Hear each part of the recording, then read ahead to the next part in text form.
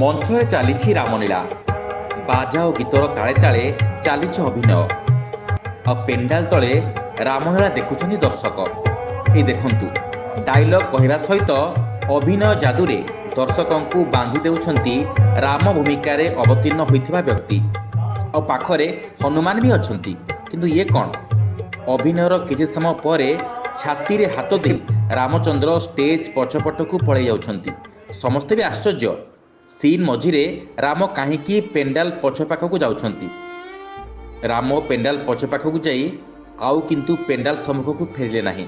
ଅର୍ଥାତ୍ ସବୁଦିନ ପାଇଁ ସେ ଆଖି ବୁଜି ଦେଇ ଆର ପାରିକୁ ଚାଲିଗଲେ। ମାନେ ରାମାୟଣରେ ରାମ ଭୂମିକାରେ ଅବତୀର୍ଣ୍ଣ କରିଥିବା ବ୍ୟକ୍ତି ସଂଳାପ କହୁ କହୁ ହିଁ ଷ୍ଟେଜରେ ଇହଲୀଳା ସମ୍ବରଣ କରିଛନ୍ତି। ଆଉ ଏ ଘଟଣା ହେଉଛି ଦିଲ୍ଲୀ ବିଶ୍ୱକର୍ମା ନଗରରେ ଚାଲିଥିବା ରାମଲୀଳାର କଥା। ଆଉ ରାମ ଭୂମିକାରେ ଅବତୀର୍ଣ୍ଣ ହୋଇଥିବା ମୃତ ବ୍ୟକ୍ତି ଜଣକ ହେଉଛନ୍ତି 45 ବର୍ଷୀୟ ସୁଶୀଲ କୌଶିକ।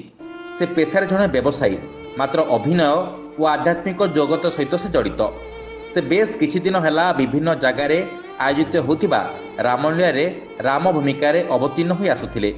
ଏହା ସହିତ ସେ ଜୟଶ୍ରୀ ରାମଲାଲା କମିଟିର ଫାଉଣ୍ଡିଂ ମେମ୍ବର ମଧ୍ୟ ଥିଲେ। ତେବେ ସବୁଥର ଭଳି ବିଶ୍ୱକର୍ମା ନଗରରେ ଆୟୋଜିତ ରାମଲୀଳାରେ ସେ ରାମ ଭୂମିକା ନିଭାଇଥିଲେ।